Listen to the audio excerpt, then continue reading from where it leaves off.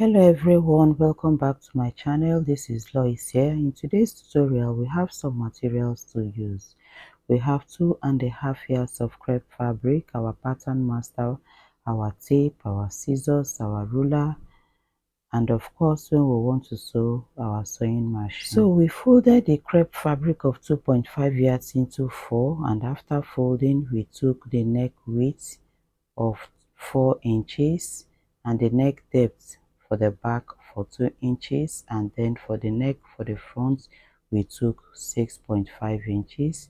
We used our ruler to connect the lines.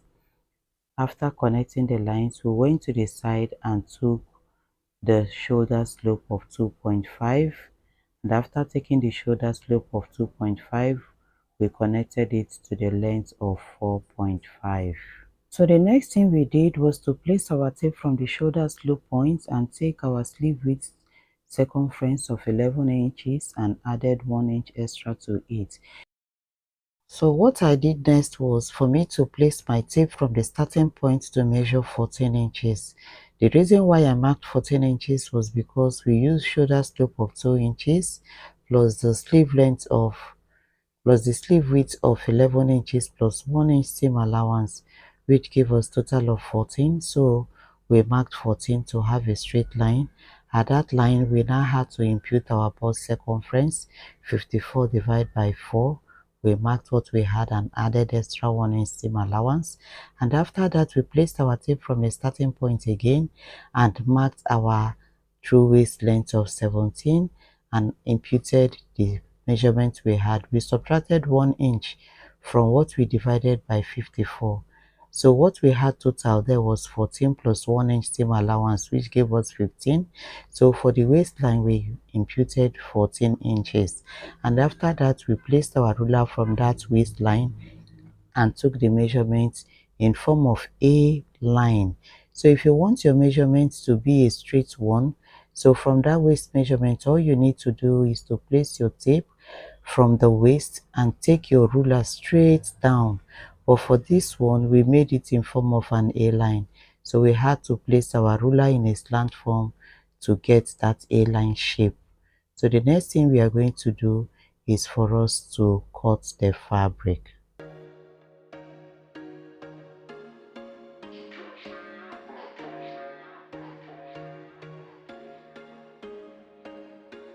There was once a day that I would pray for you. I'd go and misbehave just so you'd notice too. Sneaking looks up and down from across the room. Damn. So after cutting, we separated the front from that of the back in order for us to be able to drop the neckline for the front. So after cutting the front neckline, the next thing we did was to open the fabric. So after opening the fabric, we are going to use bias to turn the neckline of the front, and then we'll also turn the neckline for the back. After turning the neckline for the front and the back, we are going to place front side facing the front side of both the front and the back so that we can be able to join the shoulders round. So after joining the shoulders, you can see everything is looking out beautifully. So the next thing we are going to do is to hold the sleeve and then fold the sleeve half an inch inwards and another half an inch inwards again. So we are going to do that for the two sleeves, and after that we are going to bring it and show you. So the next thing we did was for us to fold the gown that we've made. We separated the front from the back. So from the front shoulder point we placed our tape, marked the underbust length of 17, and then placed our tape at the mid center front and marked 7 inches.